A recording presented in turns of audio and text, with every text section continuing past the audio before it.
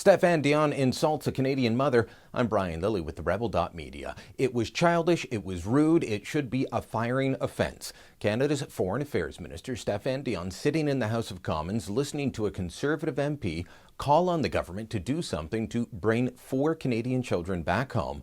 And he, the man in charge of the file, giving a thumbs down gesture, looking sullen and angry as he did it. All this while Alison Azer, the mother of the children, was watching from the galleries.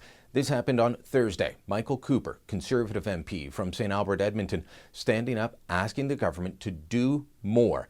And when you start hearing the other MPs yell shame, that's when Stéphane Dion was across the aisle doing this to Cooper's statement.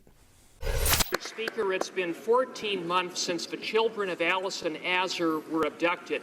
14 months that these children have been in harm's way, first in Kurdistan and now in Iran. When Alison met with the Prime Minister in May, he assured her that he was preoccupied with the case.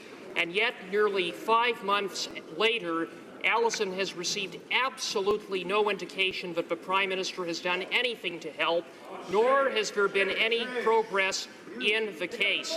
Mr. Speaker, as each day passes, the psychological and emotional harm to these children surely worsens. Time is of the essence. It's time for the Prime Minister to demonstrate leadership, take action, and make the return of these 4 Canadian children a priority.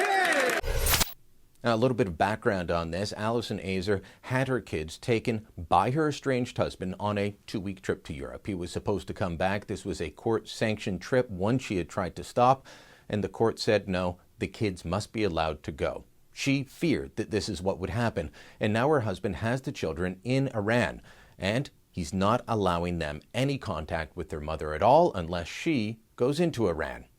So far, the Canadian government has been unsuccessful in getting the children back, even though there's an Interpol warrant out for her husband's arrest. Nothing is being done, though, and that is why New Democrats and Conservatives alike are pressuring the government. Ms. Azer's been working with her MP, Gord Johns, a New Democrat, and with Michael Cooper, a Conservative, and it's been a non-partisan affair until Dion decided he had to give the thumbs down. His excuse, when asked to apologize to the House of Commons and to Ms. Azer, was that it was the Conservatives' fault. Mr. Speaker, I would like once again to call all my colleagues to work together on difficult consular cases. We want these children to be with their mother. For that, we should not play politics. We should not question the will of the Prime Minister to solve the solution the way that has been done.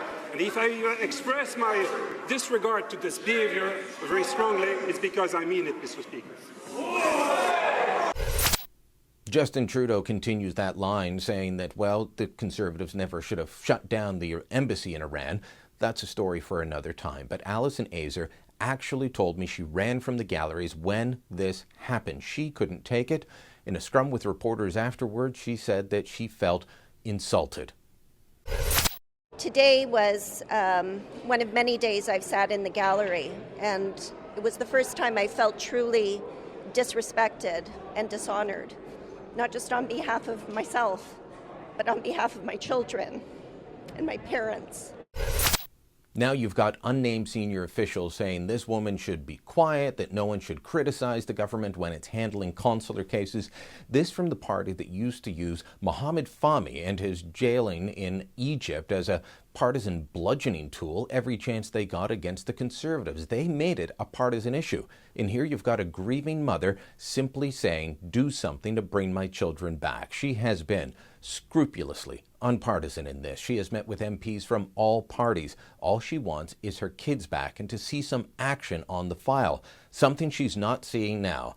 And it's good to see some Liberals pushing back. Warren Kinsella on Twitter telling them that, well, this is a grieving mother and she should tell these unnamed sources to get stuffed.